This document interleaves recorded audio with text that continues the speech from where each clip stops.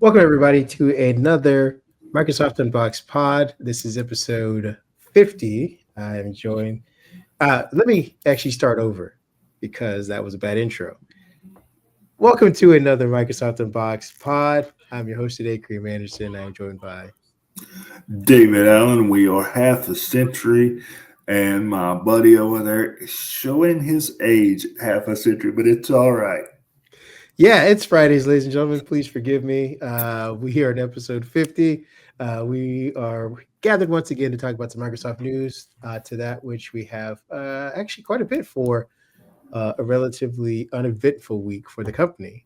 Things have been kind of slow and low key, but again, we scoured and grabbed some news for you. We also will be covering some stuff from MWC, Mobile World Congress, just to kind of let you know what we were talking about. Here's some of the headlines. We're going to be talking about YouTube Premium Lite that offers going to be offering a new, cheaper experience. We're going to get into some details about that. I don't know why my phone won't shut up. There we go.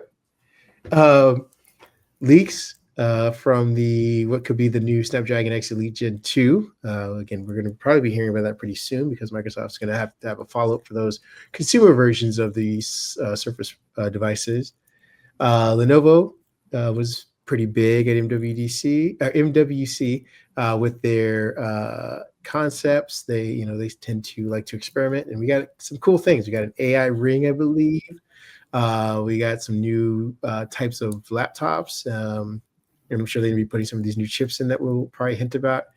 Microsoft's OpenAI partnership gets the thumbs up, essentially, from the UK CMA review. Basically, they said there's nothing here to see, which is a good thing for Microsoft. We're talking about Google Search is adding a new AI mode to search and what that could mean for the future of AI and search together. And then we're going to have a little juxtaposition about what Microsoft's doing with their own AI. They've decided to put lipstick on a pig with a new UI update for Copilot. I say that lovingly. But that being said, I'm going to let my co-host take over.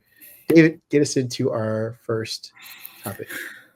You got it, my friend. And first, we're going to start off with something Google related, which I kind of understand and kind of don't in the same breath. I know there's a lot of people out there that, we talked about it a few weeks ago. YouTube has finally surpassed the amount of TV hours that we used to see. So people aren't sitting down in the living room watching the television at night like us old folks used to do growing up. They're watching YouTube. And I guess, Google sees that coming and wants to give people more options. To give people more options, they came out with YouTube Premium Lite at a cheaper price, $7.99 versus the $13.99. Now my phone is going off. Okay, let's stop that one. Sorry, guys. This is the downside of voice assistants from Google. Yes, this is the downside of voice assistants. So to recap, we have this plan at $7.99, which is limited ads, whereas the full YouTube Premium plan is $13.99. And Google wasn't very clear here. They say most of your videos, most being the key word, are ad-free, whether it's gaming, comedy, cooking, or learning. They don't tell you what videos are going to have ads. They don't tell you what videos aren't. So the way I view this is you, instead of getting an ad every 90 seconds or so, you may get one every 5 minutes or so. Oh, you're being generous. Yeah, maybe I'm being a little too generous, but I get it. It's another option to give people a cheaper way. It's another way for them to make a few bucks. I get it. But I question who wants it. I really do. And I get, in today's economy, that $6 difference makes a difference. Groceries are high, eggs are higher. So I get it. But I'm curious as to who is actually going to say, well, I'll take an ad every, to be a little less generous, I'll take an ad every 120 seconds instead of every 90 seconds. And, what ads are they going to show? What videos are going to have ads? I get it. Way to go, Google. You give people another option. Options is always good. I'm just not sure who's going to take them up on it. If I had to guess, this is for the soon-to-be college student going into the summer. These are probably kids who grew I up could see that. with their parents' YouTube Premium, so they've never really experienced ads at all. But the parents saying, you know what, YouTube Premium stays here at the house.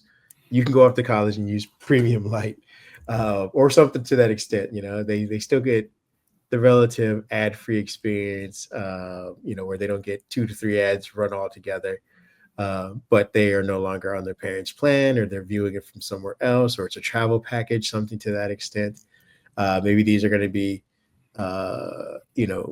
partnered with telecoms where, your Verizons, your Mint Mobiles, all these kind of things will have this package as part of the add-ons to your own carrier stuff. So instead of getting HBO Max, you get Premium Lite, and you get it for free. But it's bundled into your monthly payment or something like that. They're just offering another channel to see. They were weirdly testing ads with premium. I believe last month. It was a weird kind of thing where they were like, even if you pay for premium, we're just going to see if we can sneak an ad in here and there. I don't know what that's about and what that'll come to, or if that's some kind of offshoot of testing that resulted in Premium Life. But they're trying to figure out a way to get more ads into YouTube and get more people to view them. And I think this is part of the way that they're going to do it. Instead of having an all or nothing, like premium and nothing, and they're seeing that people are probably sticking with premium and sharing it. This is kind of like the Netflix thing. They'll give them a light version where they can own it themselves for half the price. Well, I'll be the first to say I'm Googled in over here. I've got the YouTube premium package with the YouTube music, because you get the music with the premium package, so that kind of covers my music subscription. And I'll be honest, I'm going to be a little bit angry if they start throwing ads into my premium subscription or asking me to pay more to get rid of those extra ads. That's a good way to get it, as you mentioned, get a couple more dollars out of those premium subscribers. We're up there, $13.99 a month and getting no ads. Well, let's see if we can toss one ad or two ads in there, and maybe we can push them up to $15.99 a month. That $2 to you and I doesn't, might not make a big difference, but the post mentioned there's 125 million users, premium users. So you take and do that math 2 times, doesn't take much. This is also for the we say kids, but this could be also, and I say this anecdotally speaking because my mother-in-law is in town, older people who are starting to cut the cord, for various reasons. Maybe they're just tired of cable packages, it's too complicated, or they don't feel like dealing with boxes or renting equipment, or maybe the shows that they're watching or they're finding, maybe they're doing something else with their time instead, but they want access to those clips, those viral moments, the news headlines or whatever. And so they're making the transition. They're leaving cable. They're used to, clips or whatever, commercials, but they want to get more into where we're at, where it's, the whole non-ad world. And they're making, again, a small step. They're supplementing their cable with this as well. So that's what we got to take into account, is that, there are still going to be tons of people having cable that watch YouTube, and there's a transitional period. And this is probably what that's for. But that being said, let's move on to our next topic, which is we have leaks from Qualcomm. This is kind of interesting because there was nothing announced officially as far as the consumer chips for Qualcomm. We wrote some stuff, if you guys followed the site, about their more commercial chips, their modems that they're going to be producing, and some partnerships that they have with a bunch of IoT companies as far as expanding the portfolio.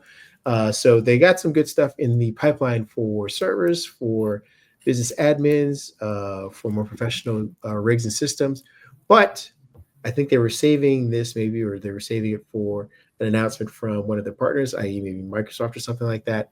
But we got leaks, and I think it's from our friends over at Windows Central, about Qualcomm's Snapdragon X Elite Gen 2. Now, this is the follow-up to the infamous X Elite first gen, which kind of made a splash with the Surface devices. They've been in a ton of Copilot Plus PCs. They kind of launched that whole rebranding from Ultrabooks to Copilot Plus PCs, which are basically AI-powered laptops for consumer consumption. Based on the leaks, and again, these are leaks. We don't know if this is confirmed or if this is old information that'll need to be updated. But the rumor says that this new chip will have up to 18 cores, which is a significant increase from the 12 cores the first one had. So more cores means better proficiency, more power. These chips could be bringing a lot. I think as far as the headlines were going, they were saying this could rival some of the M4 stuff, which is currently on the market. Now, for those of you who need a little bit of context, the first gen came out and they said they were on par with the M2. That was last year. So the M4 was already kind of in the barrel. This could jump them 2 generations and get them, right into the game.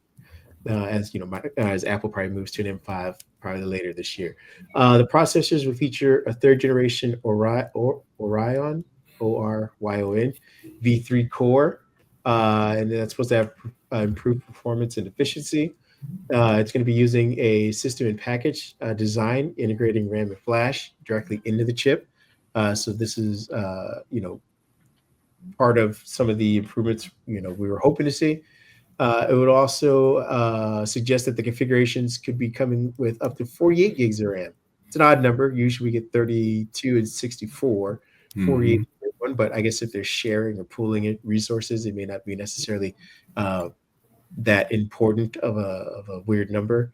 Also, they're going to have NPUs, which is going to be a lot of the doing a lot of the heavyweight for this AI stuff that's going to be on the PC or some of the other process computer stuff.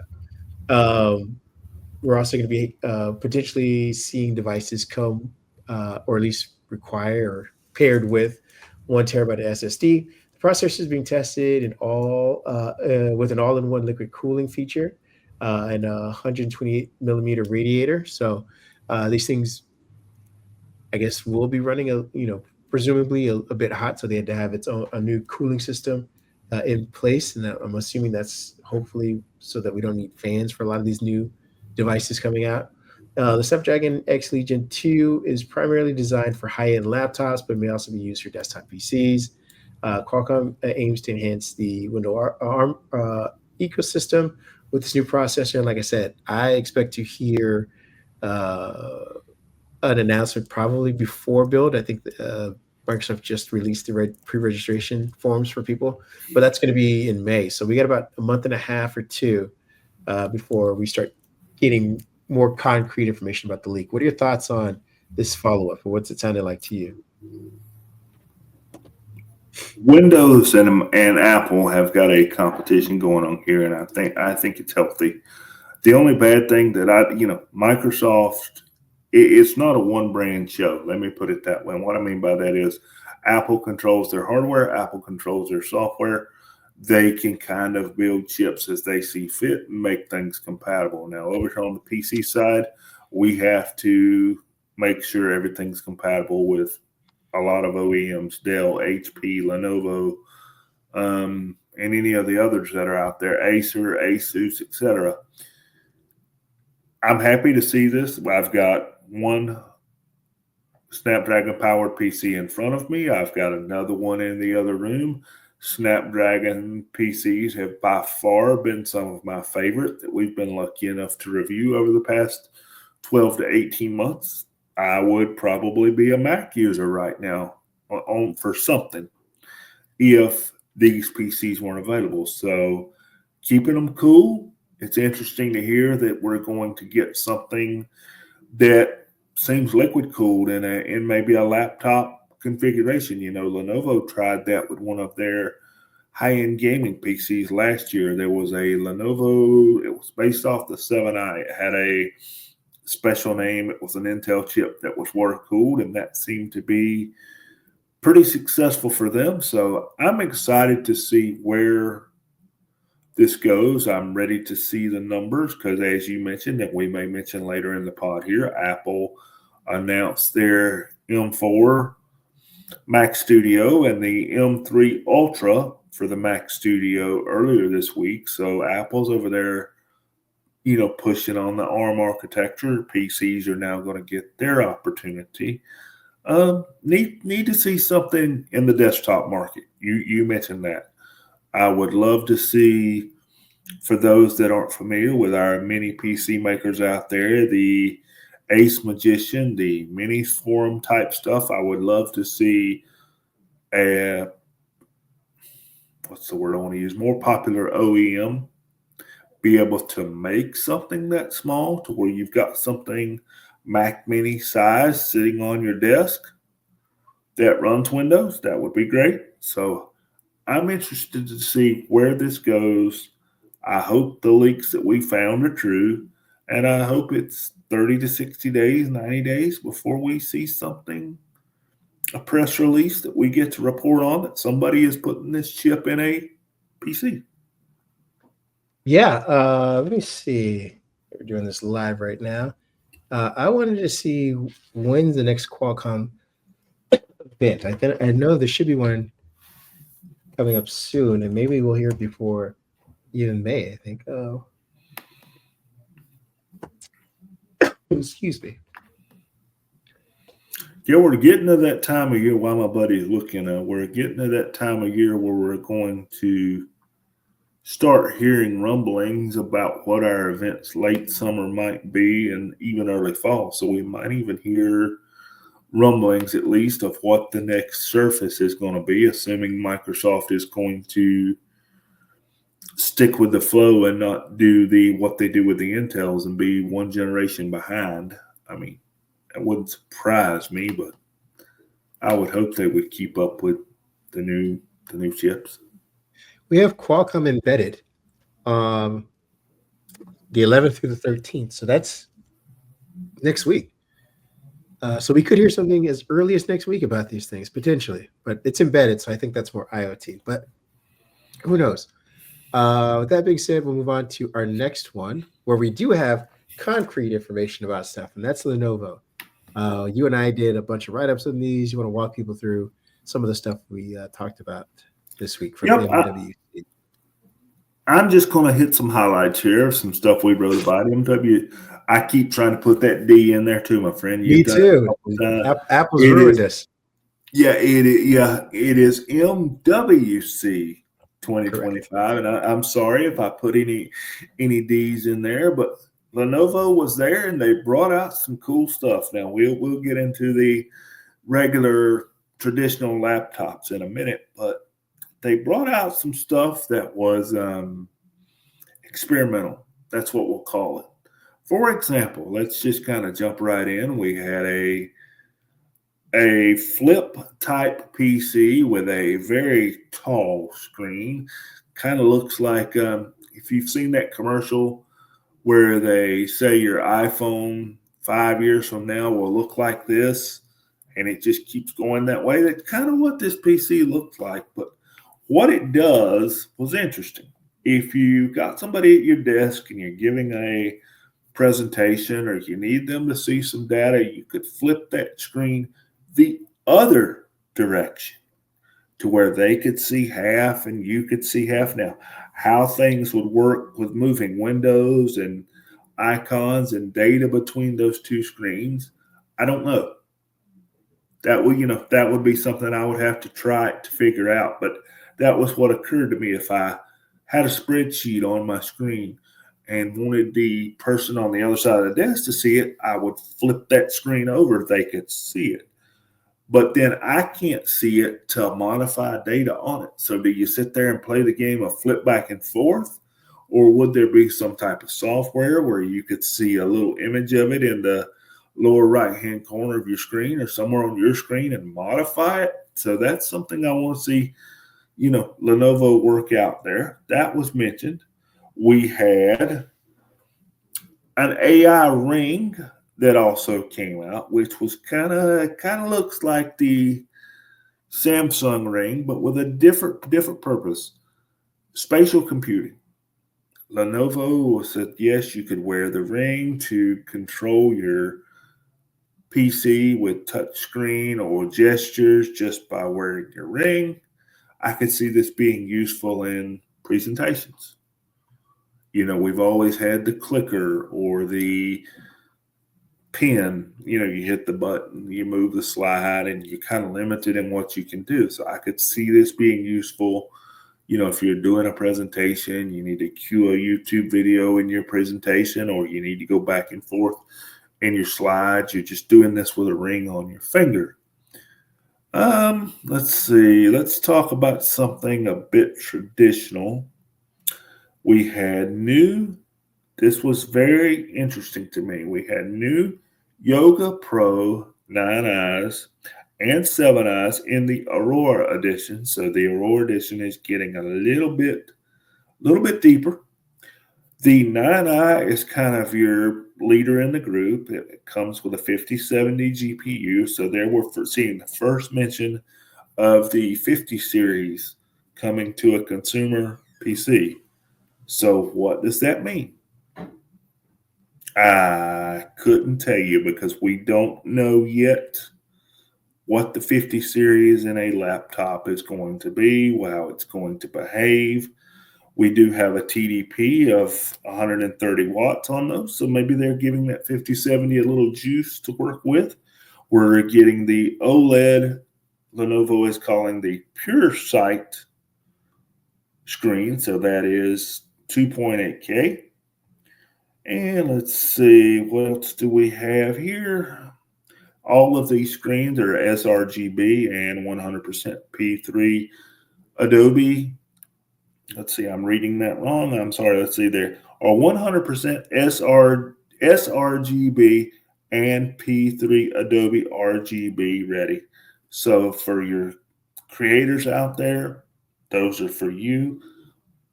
Claims of 18 to 22 hours of battery life. I don't think you're going to get that if you're rendering something in Premiere. So we'll have to see. These laptops are powered by the new Intel. What's the number on that? Do you know off the top of your head? Let's see. The new Intel PCs. What is the... I'm trying to think of the chipset. I know it's the Core i7 and the Core i9, but I was trying to... Core Ultra processors. Thank you. Core Ultra processors. I could not come up with that. We've also... I believe the Slim 7 is AMD, right? Yes, the Slim 7 is AMD, so you've got a choice there, and that is the new AMD 370 that is getting all the props from the red side of things. So that's going to be interesting. Something else I noticed, you're also getting up to 64 gigs of RAM in these, and that's something we have not seen in consumer laptops for a while. Most of them have been topping out at 32, but they do state specifically that you can get 64 gigs in these. So we're really pushing okay, I can pick this up, take it somewhere, do some video rendering, and actually get some real work done in it, not just be, well, I can do my spreadsheets and, move on. Nope, you can actually do a few things with these if you get 64 gigs of RAM in them. So Thunderbolt 5, so you're getting the new Thunderbolt there. I believe the new Thunderbolt 5 is 120 gigabits per second, so that would easily do 4K 144 hertz screens, I guess. So you're no longer having to choose between resolution and refresh rate if you're using a Thunderbolt 4 or Thunderbolt 5 dock. Let's see. What didn't I mention, my friend? I'm sure you covered a different set of units than I did. What didn't I mention? I mean, that was most of the consumer stuff, consumer grade things I think that our audience is going to be interested in. There was some ThinkPad stuff. I believe they have a Slim 3X, which is going to be, I believe, the one that's powered by Qualcomm's Snapdragon X processors. And again, we don't know if they're going to update those or ship with the current Elite X currently, or if they're going to push the new ones in there.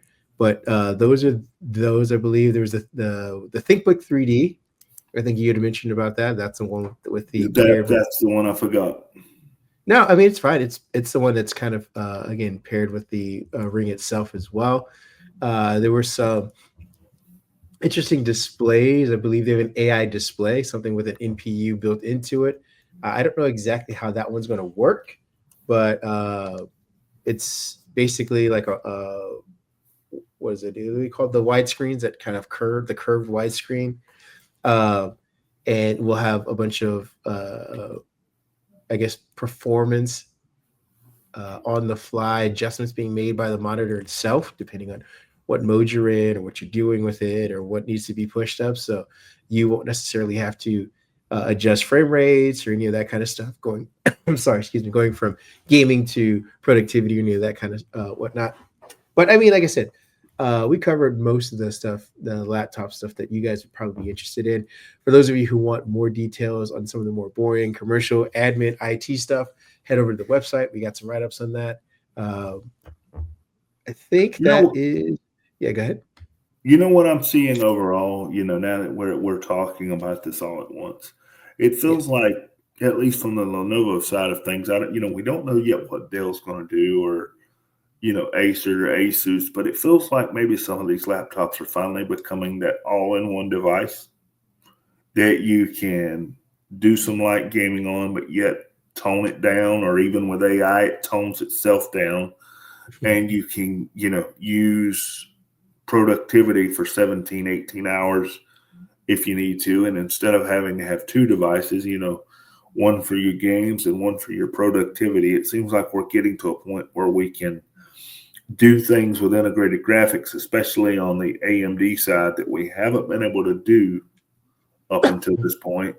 And then, you can go home and sit on the couch and work on your financial spreadsheet if you need to, and not have to have that second device or go to that second location to game and then pick up something else to work. I know I like that. Yeah, we'd be remiss if we didn't mention probably one of the cooler, more abstract concepts, which was the nomadic solar laptop. Oh, now, yes, I say nomadic because for you and I, we sit in an office, we sit at home. This thing is powered by, obviously with solar in it, in the title, the sun. We have a laptop that, won't necessarily need cables, maybe to give it an initial jump. But if you're out and about and you're out doing stuff, this thing uses, I believe, what's it called? It's a kind of cell absorption kind of technology that's on the lid of the laptop that will convert it into energy that powers the laptop. Again, I don't know, I am weary of the idea because we've been burned by wireless so much. Everyone keeps saying like, oh, wireless charging is where it's at.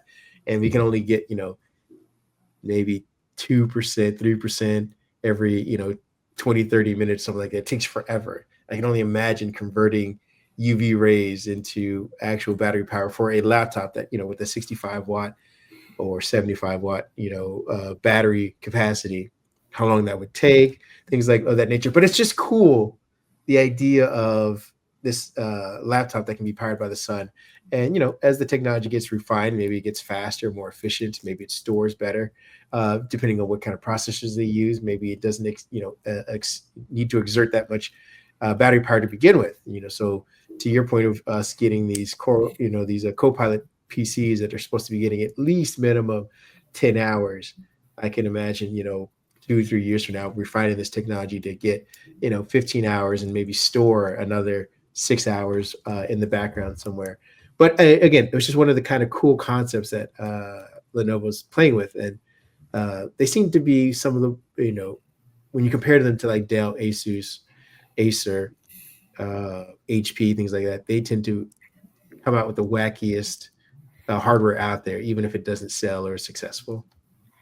Well, out of the wacky stuff they've come up with, I think this one, actually the solar one, might have the best opportunity of doing something on the market, depending on what the price is. Because, we're seeing people, number one, trying to cut cost any way they can with the inflation position and the position that our economy is in, and we're seeing more people do van life. I have kind of fallen into that. I will never be someone that does van life or the RV life, but I have kind of fallen in that YouTube rut of seeing how people do computing in this. And there's a couple folks that I follow that have all these big solar panels and these lithium ion batteries, and that's how they power their rig, and they're running air conditioners, they're running computers, and they're basically living a normal life. It doesn't seem to be cut down or hampered by the fact that they don't have electricity. So I guess this could be the start of if you're outside or you've got daylight, if you're getting that extra couple of hours during your lunch break or whatever, you can take your laptop out during your lunch break and, sit outside and not have, but then there's the catch to that. You've got to have that high bright screen, that 1,000-nit screen to be able to see the screen when you're outside. Well, guess what the 1,000-nit screen does? That 1,000-nit screen burns more power. So while I think it can be successful, it's probably the start of things that we'll have to overcome. And I think we'll see somebody else try this too. Yeah, last bit, and then we'll move on to the next one, because Lenovo did throw a bunch of stuff at us, is the I forget the name, the technical term for these, but they're basically these add-ons that Lenovo has that you can clamp, use magnetic pogo pins essentially to attach more functionality to laptops. Yeah. And they had one. Yeah, they had one of those that basically adds 2 monitors. So for those of you remember, I know we've all seen them. It's funny. It's the guy who brought in, or girl who brought in, their full desktop. I'm talking, they brought in their 27-inch monitor into a Starbucks, and they just set up shop because they're going to be there all day. And you're like, who is this fool? Well, they can be a little more discreet these days by using one of these new, I'm drawing a blank, but it's essentially for the yoga series or the slim series. This new attachment, basically you connect it to the back of the laptop through these magnetic pins, and it gives you 2 additional monitors. So you can have a 3-monitor setup wherever you go. And again, I'm joking about the person in Starbucks, but this is for the person who is traveling and is used to having 2 or 3 monitors at home. So if you're sent out, I would love it. You're a coder, you're sent on a project, away from work, away from your desk. You basically, and it's super sleek looking because it's, the monitors themselves can range between the size of, I believe, another 13-inch or 2/3 of a 13-inch screen. So you can have, 3 different sizes, and it folds up, fits in a bag. So again, I think it's Magic Bay. That's what it's called. Magic Bay ecosystem is what they call this thing. So again, unfold it, connect it to the back of your laptop, 3 monitors set up, and you're good to go. And when you are done with that, unattach it, and you're back to your single monitor, and put the other 2 screens folded back into your backpack, nice and neat. So like we said, Lenovo's doing some pretty cool stuff, but we won't belabor that anymore. Like I said, if you want to read full coverage of it, head to our website. We appreciate it. Moving on to our next topic, which is Microsoft and OpenAI. They are doing things. Well, they're not doing things. What happened is that they basically got approved, or they got the thumbs up to continue their partnership without any hindrance from an expanded investigation. We had mentioned, I want to say a couple months back, that the UK CMA, Competitions and Markets Authority, were looking into it to see if there was anything wrought about the partnership. Microsoft has invested over $18 billion into OpenAI. I believe they have a majority share of the company stock or voting power as well, but they do not own it. And I guess if you don't own it, all the other stuff is kind of negligible. But anyway, they closed the investigation, said everything seems to be above board for right now. I wrote about this and hinted at the idea that the restructuring of their partnership that we talked about a couple weeks ago may have been the final concession in order to close this investigation, where they allowed OpenAI to kind of explore using other, cloud service providers and not be exclusive to Microsoft. And I believe OpenAI immediately jumped on that opportunity. I think they are looking at Google, Amazon as well, and some other cloud service providers to kind of expand and train their AI models. But again, all that money comes back and all that research comes back into Microsoft's pocket. It seems like a win-win for everybody who isn't Google AI or Salesforce. What are your thoughts on this investigation kind of being closed for now? I'm glad. I'm glad, and I'm going to keep this really short. I think some of these investigations, sometimes I get their purpose, their reasoning to try to keep things fair and honest, but I think sometimes they also hinder innovation and technology because you've got people wondering, what can I do? What can I do?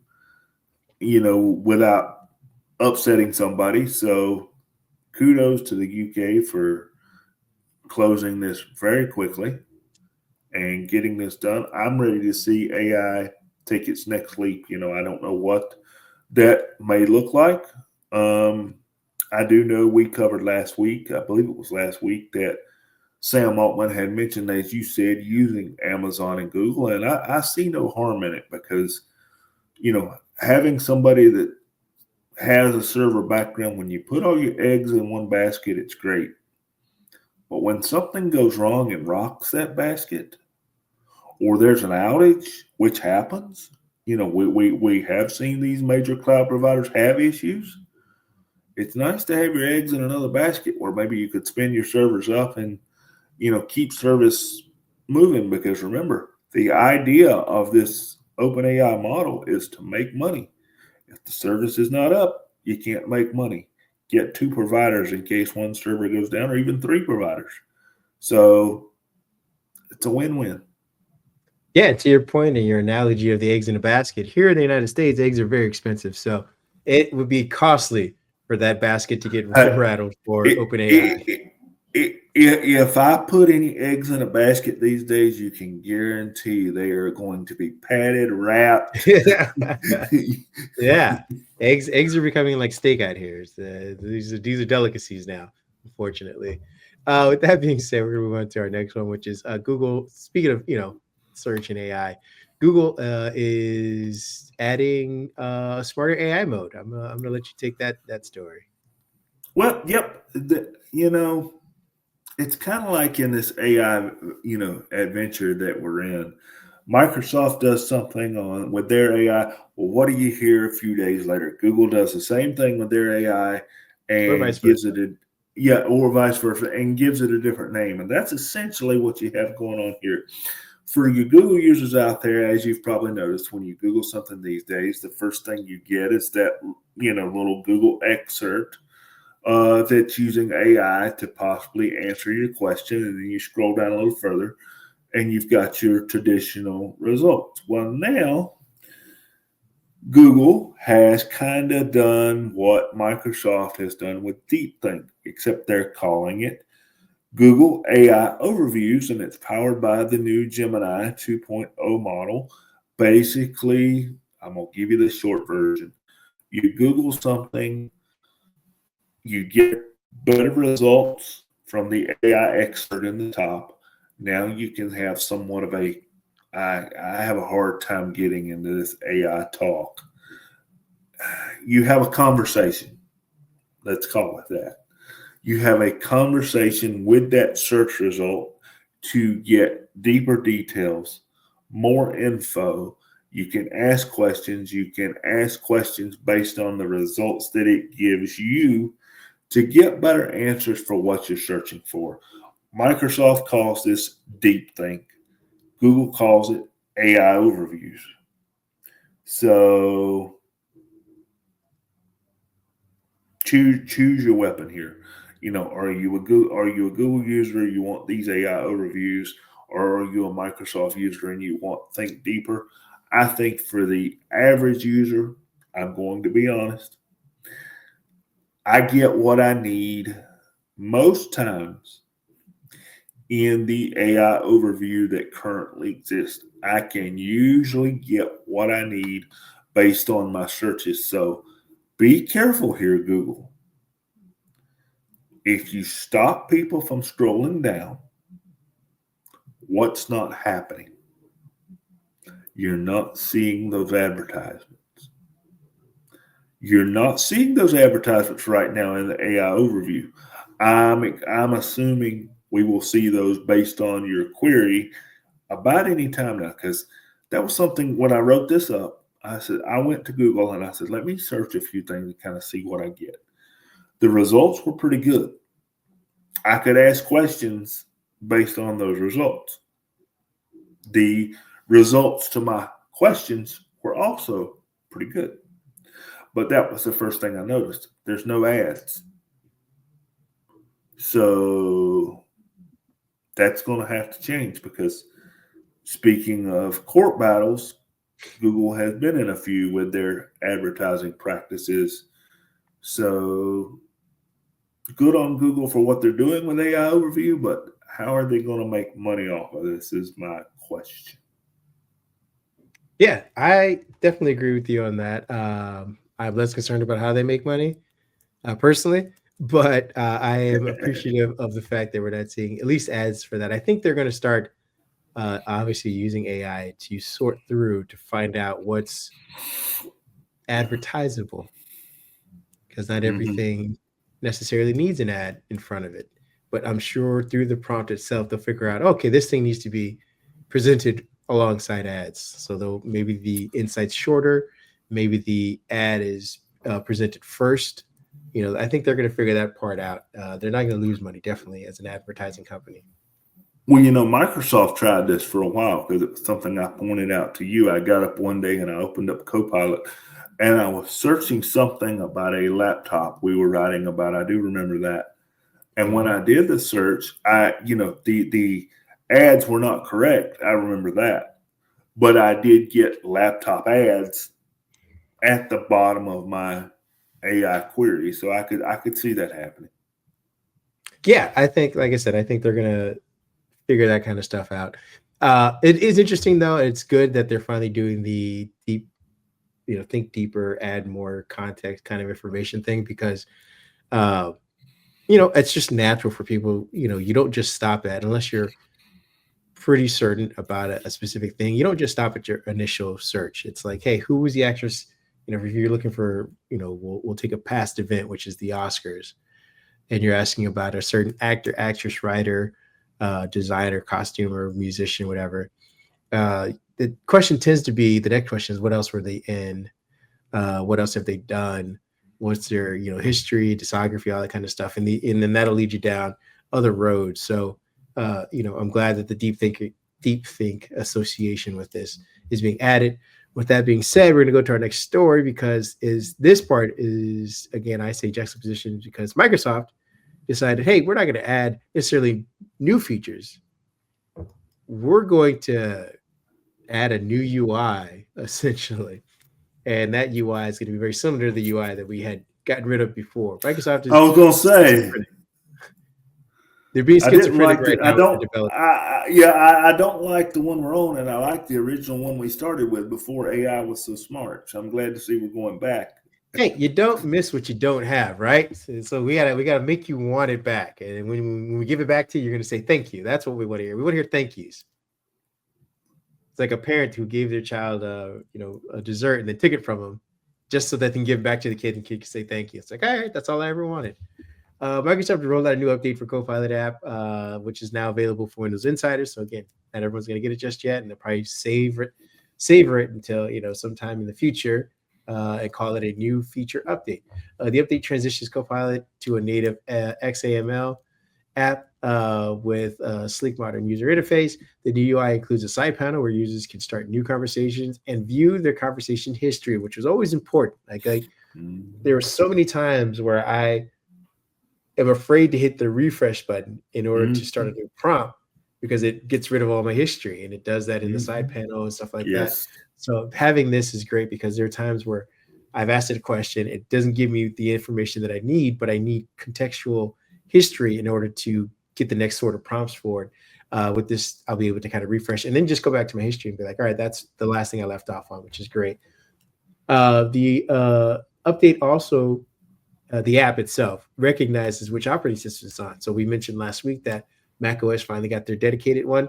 So if you're asking for specific uh, instructions about things on your operating system, it can identify Mac versus Windows, and specific versions.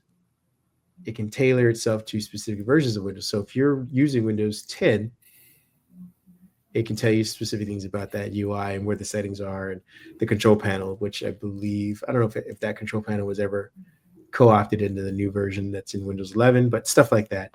There are new hotkeys and dedicated keys that have been introduced for easier access to the Copilot app. The new version is 1.25023.1010. So if you're looking for that, look for that number or higher. And obviously you can just tell by this new side panel whether or not you have the new app. Users are encouraged to provide feedback, obviously, through the feedback hub, which you can get by hitting the Windows key plus F to bring up the app. Again, let them know, hey, just like I have for, I don't know, I've at least put it in there 5 times. Bring back the functionality from the old app. Bring back the design from the old app. Yes. I like the fact that they have prompts for people who are trying to figure out how to use this thing. That's great and all. But I feel like if you are signing in and you've had an account and you've been using it and you have a history, it should just bypass that stuff.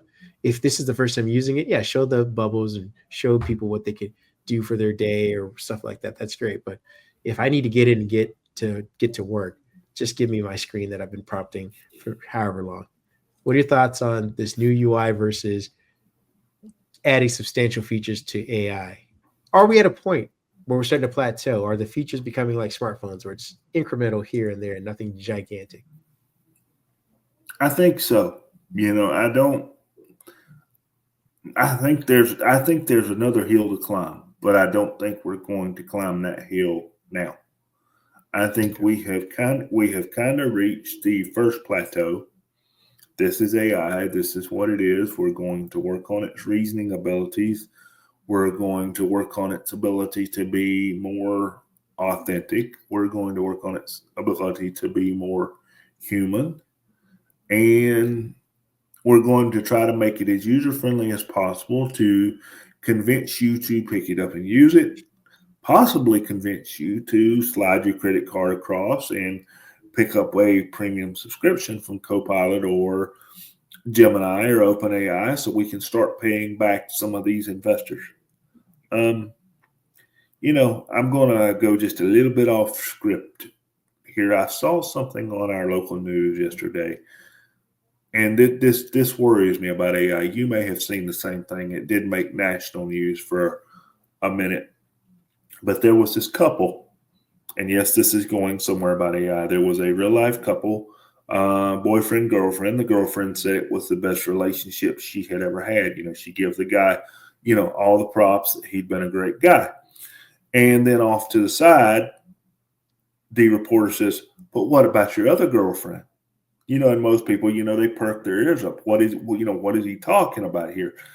His other girlfriend was an AI bot. Yes, folks, he had an AI bot that was a girlfriend. And they asked his real life girlfriend what she thought of the AI bot. And she says, I'm okay with it because somebody has to talk to him all day. And he was into history and he was into art and all these things.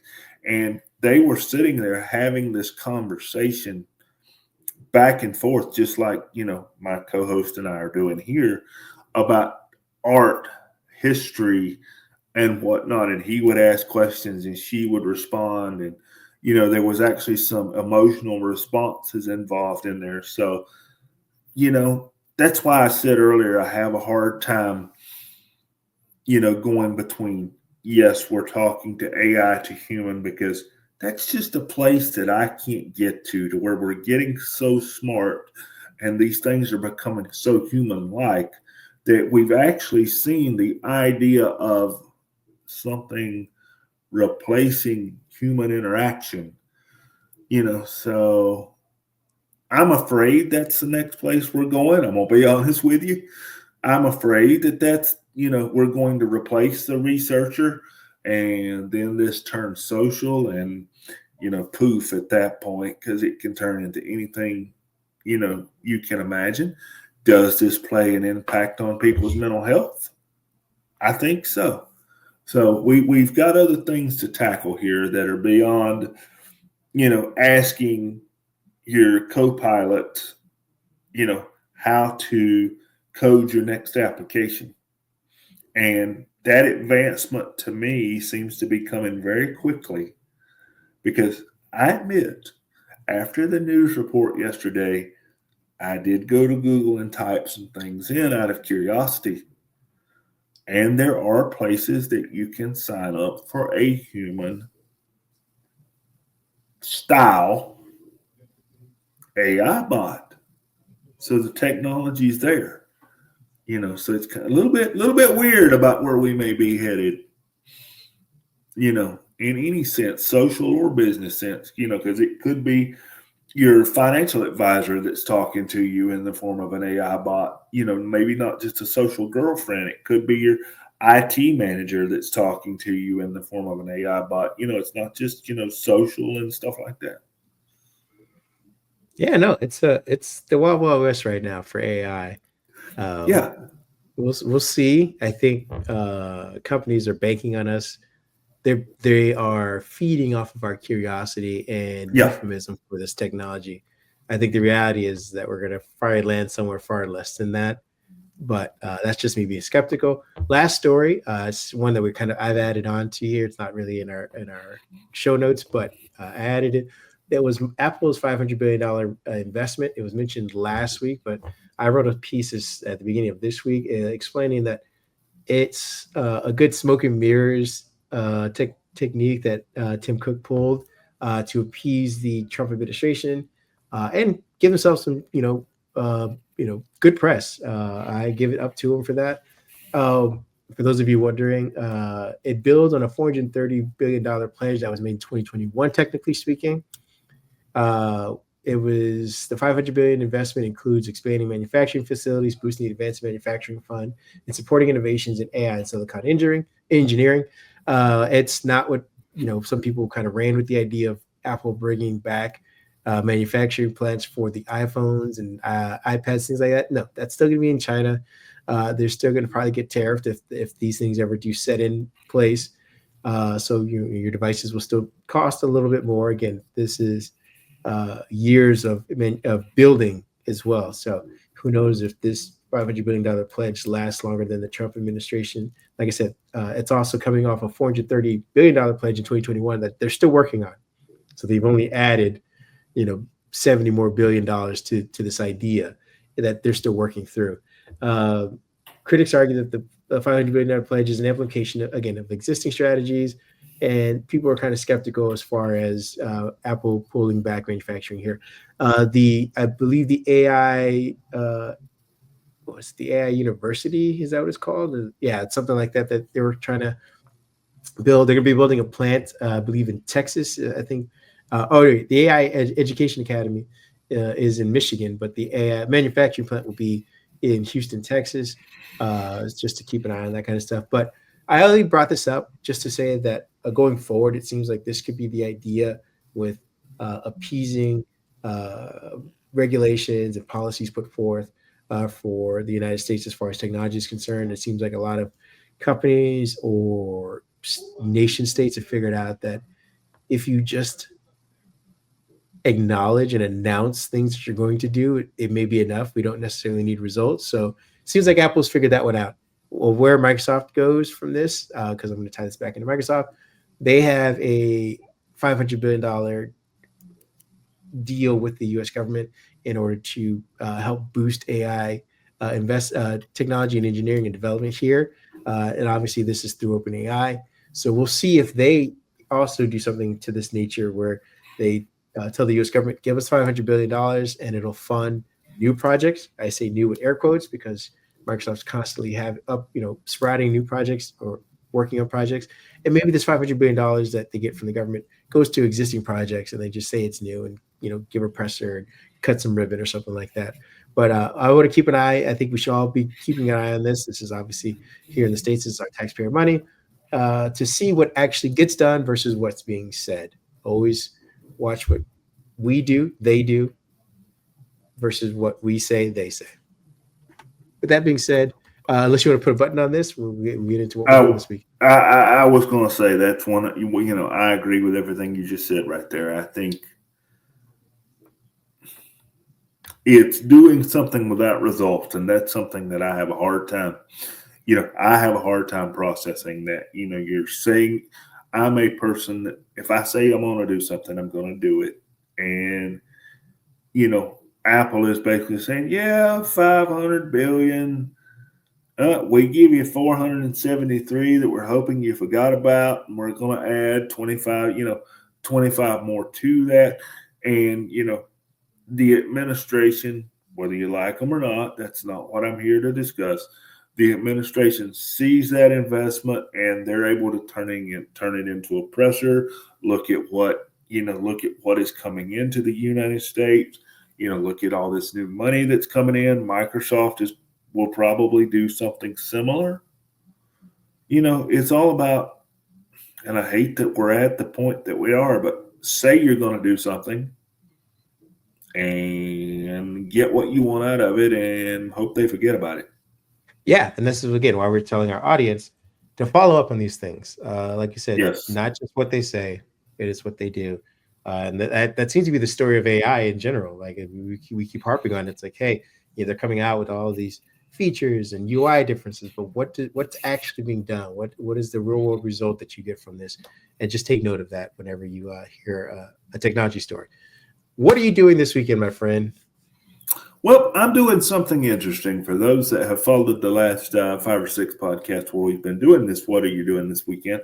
I am a big sim racer with iRacing, and I'm going to tie this into AI. If you saw the story, it was beginning of the year. The sim company iRacing announced that they had partnered with Microsoft to get AI into the sim. Well, guess what? We're at the point where they're getting ready to release AI into the sim. And for you racing fans out there, if you've played, say, Gran Turismo or any of the really console or PC racing games, it's kind of the rubber band effect. If you start a race, you can pretty much start to predict what the AI is going to do. So it's pretty easy to win the race, and that's why you get the complaints. Well, that game sucked because after I raced it 10 times, I knew what it was going to do. So I just waited for it to do it and ran to the front. Well, with this simulator, it's on the fly, and it is using models to predict what you're going to do, what your skill level is, where you're racing, what the skill level is of cars around you, to be able to produce a realistic type race. Now, I haven't tried it yet, but I have heard some great things. I have read some great things. I have talked to people. And my reason for doing it this weekend, like we just talking about, we've been talking about AI in the terms of prompt response. Prompt response. This is one of the first things that I've seen AI go into that is actually real time, where it's computing, reacting to what you do and reacting to what's around you on the fly. Kind of goes back to my little story about the AI girlfriend. It's a little bit weird to think about, but for gaming, this could be the start of things, where you are playing games that react to real world scenarios. I could see this working in a tactical shooter very well. That type of title. I could see it coming to Flight Simulator for Microsoft. I could see that working out really well. So I'm going to be trying that out this weekend and probably be watching a few movies. The weather has not turned totally spring-like here, but we're getting there. So probably watch a few movies and probably pick up some more Delta Force. I have kind of fallen for that one a little bit. So I'll be racing, shooting, and watching this weekend. How about you? I won't be doing any of that. Well, I take that back. Tonight my family's supposed to go see the Lion King musical, and then we're spending this weekend. Cool. It's the start of my kids' spring break, and like I said, my in-laws are in town, so we're all going to go camping for the weekend. Cool. Sure, I'm sure I'll sneak off and probably play a game on my phone or something like that. But I don't anticipate doing a lot of digital work or digital play this weekend. So again, I was going to say for those of you, you need the solar powered laptop this weekend. That would have been great. You hear that, Lenovo? Get that to us. Get that to me, and I can go out and test it out in the real world. Maybe I'll take another spring break just to test it. Like, I'll take a week off to go backpacking somewhere. But I'm going to be out and about. Maybe I'll bring my tablet as the nighttime entertainment or something like that. But don't anticipate doing too much gaming or movie watching this weekend. But when I get back, I will read my messages. And if for those of you who want to still reach out to me, you can find me at Happy Hulk at Blue Sky. That is where I am predominantly. I do see some notes here and there on Threads, but I have ditched X and Twitter altogether. I don't post much on Instagram, so don't look for me there. I am not a Twitch guy either. So again, Blue Sky is where I'm at. Where can people find you if they want to reach out to you and game with you this weekend? Well, I do the Twitch thing, and I will throw it out there. I will put more up about it next week. I have opened up our Microsoft Unboxed Twitch account. I'm in the process of getting the graphics, the overlays, and all set up so it looks nice for you guys. So starting next week, I will throw the Twitch out there. But for now, I am David PAJ1978 over on Blue Sky. I'm not even going to give you the X account anymore, the Twitter account that I've been throwing out for the past year. I do peek over there to make sure nobody has left any messages or anything that I need to tend to. But like my friend here, I've kind of gone the Threads route, which is David PAJ1978 as well. I'm Threads and Blue Sky right now. I'm just not feeling the Twitter vibe, at least not for tech. I do have a different account for racing because that's where they post most of their news, unfortunately. So I do have to peek in over there occasionally. Yeah, hopefully they'll move over. With that being said, we want to thank you guys for joining us for another week of Microsoft News. We hope you guys enjoy your weekend, and we will be back next week with more Microsoft News. Have a good weekend, everybody. My buddy is going to do what he always tells you to do. He's going to touch grass this weekend. I'm literally going to be out touching grass. So I'm going to tell you guys what that experience is like because I've been preaching it for weeks. Take care.